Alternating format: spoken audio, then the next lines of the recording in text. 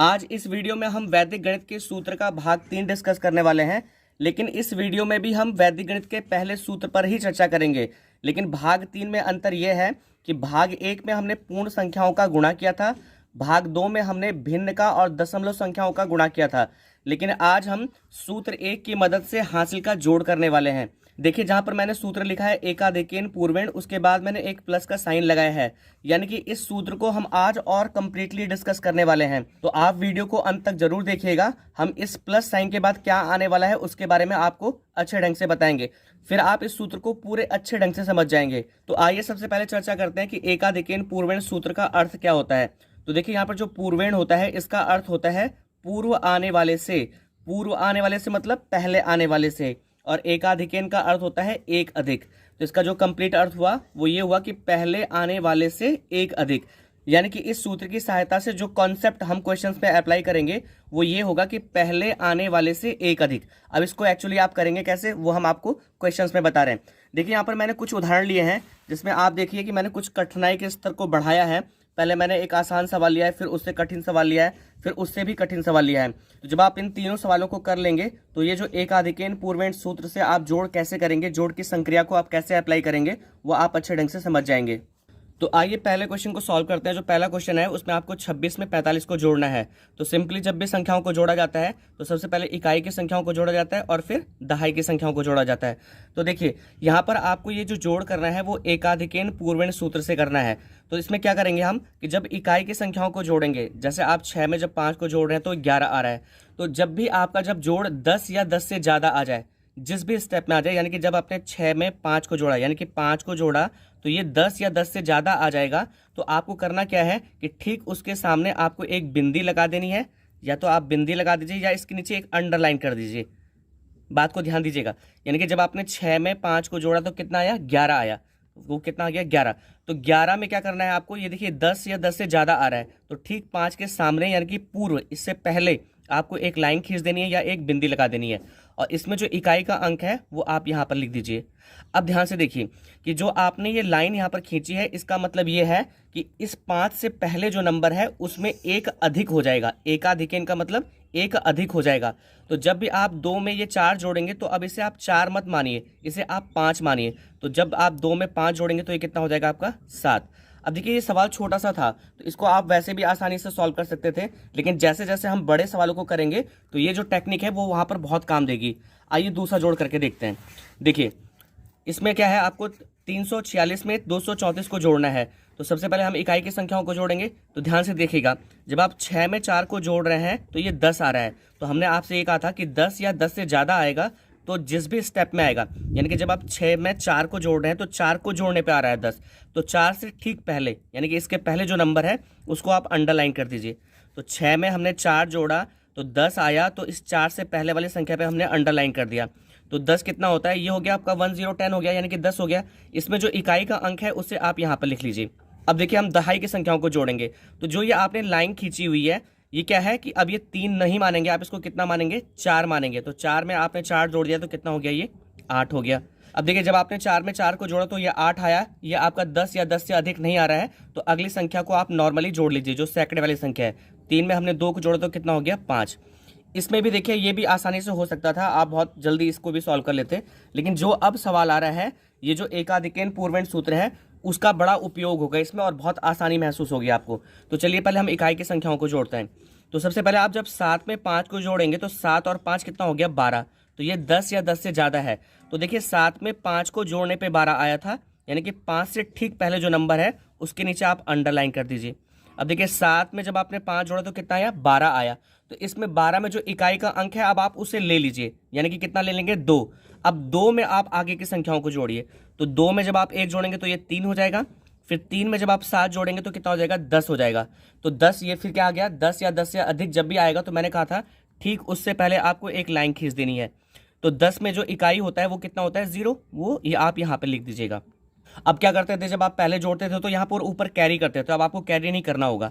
अब आगे देखिए, अब आपको इसको 7 नहीं मानना है, आपको कितना मानना है, इसको 8 मानना है। तो जब आप 6 में 8 जोड़ेंगे तो 6 और 8 कितना हो गया, 14। मैंने कहा था आपसे 10 या 10 से अधिक होगा तो ठीक उससे पहले वाले नंबर के नीचे आप अंडरलाइन कर दीजिए। तो 6 और 8 कितना हो गया आपका 14। तो इसमें से आप केवल 4 लीजिए, एक को नहीं लेना है जो हासिल है। तो अब फिर उसके बाद क्या करेंगे, 4 में 8 को जोड़े, तो 4 और 8 कितना हो गया 12। फिर ये 10 या 10 से अधिक आ रहा है, तो इससे ठीक पहले वाले संख्या पे आप लाइन खींच दीजिए। तो यहाँ पर जोड़ने पे कितना आया था 12। तो अब आप यहाँ पर 2 लेके चलिए केवल।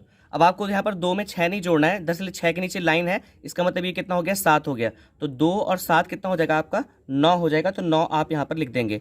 अब देखिए हम अगले कॉलम को जोड़ेंगे, तो अगले कॉलम में जिस भी संख्या के नीचे लाइन होगी उसमें आपको एक अधिक कर देना होगा।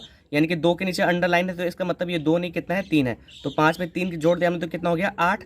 अब 8 में हमको 2 नहीं जोड़ना है, अब कितना जोड़ना है हमको यहाँ पर, देखिए इसके नीचे अंडरलाइन है तो 3 जोड़ना है। तो 8 और 3 कितना हो गया 11।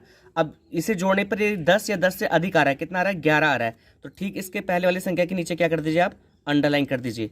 11 का आपको 1 लेना है, इकाई वाला संख्या लेना है। तो और 1 और 5 कितना हो गया आपका 6। तो 6 आप नीचे लिख दीजिए। अब हम लास्ट वाले कॉलम को ऐड करेंगे, तो देखिए ये हो जाएगा आपका 4 और 3 7। अब 6 के नीचे अंडरलाइन है, तो इसका मतलब ये कितना है 7 है। तो 4 और 3 7 और 7 और 7 कितना हो गया 14। अब इससे पहले कोई नंबर नहीं है, तो हम इसको सीधे जोड़ते जाएंगे, और 14 और 1 कितना हो जाएगा आपका ये 15।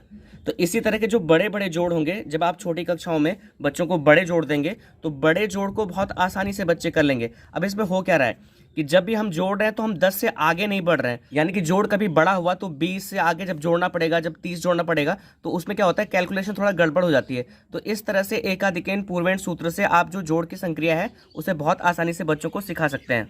अब आइए मैं आपको वो बात बताता हूं जो मैंने शुरुआत में कही थी कि सूत्र 1 हमारा एकाधिकैन पूर्वेण है। इसके बाद मैंने प्लस का साइन लगाया था, यानी कि इसको कंप्लीट करने के लिए हम यहाँ पर कुछ जोड़ने वाले हैं। दरअसल आप यहाँ पर एक कॉन्सेप्ट देखिए कि एकाधिकैन पूर्वेण का अर्थ होता है पहले आने वाले से एक अधिक। यानी कि जब आपने 6 में 5 को जोड़ा था तो वो 11 आया, यानी कि 10 या 10 से अधिक आया।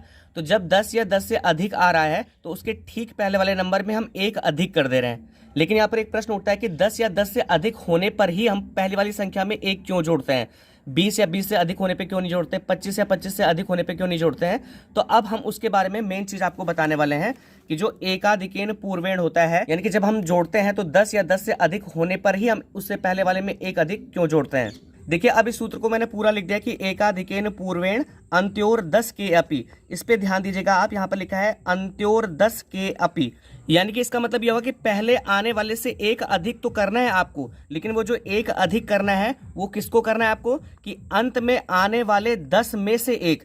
यानी कि देखिए यहाँ पर जब आपने 6 और 5 को जोड़ा था तो ये 10 या 10 से अधिक आ रहा है। तो 10 या 10 में जब अधिक होता है तो जो अंत में 10 आता है उसमें से जो एक होता है उसे पूर्व वाले में एक अधिक कर दिया जाता है। यानी कि जब भी आप इसको जोड़ेंगे तो जो इसमें 10 या 10 से अधिक आएगा उसमें जो एक होता है, जो दहाई का एक होता है, उसी को उससे पहले जोड़ दिया जाता है, एक अधिक कर दिया जाता है। तो अब ये जो सूत्र है वो पूर्ण होता है कि एकाधिकैन पूर्वेण अंत्योर 10 के अपि। अगर आपको याद होगा कि हमने पहले भाग में पूर्ण संख्याओं का गुणा किया था, जैसे वहां पर हमने एक संख्या को गुणा किया था 17 और गुणे 13, तो इसमें हमने चेक किया था। देखिए इसमें सबसे पहले हमने चेक किया था कि एकाधिकैन पूर्वेण सूत्र अप्लाई होगा कि नहीं। उसके लिए 2 कंडीशन थी कि पहले इकाई और इकाई की संख्याओं को जोड़िए, जैसे हमने 7 और 3 को जोड़ा तो ये कितना आना चाहिए 10 आना चाहिए। और उसके बाद हमने कहा था कि जो दहाई और दहाई की संख्याएं होनी चाहिए वो क्या होनी चाहिए, सेम होनी चाहिए, तभी एकाधिकैन पूर्वेण सूत्र यहाँ पर अप्लाई होगा।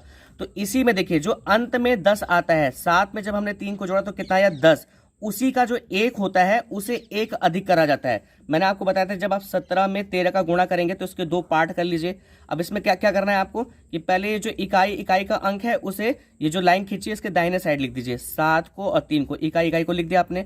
और जो इसमें दहाई का अंक है, देखिए यहाँ भी एक है और यहाँ भी एक है, तो इसमें से आपको एक ही एक को लिखना है। इसके साथ में जो दूसरी संख्या क्या होगी वो इससे एक अधिक होगी।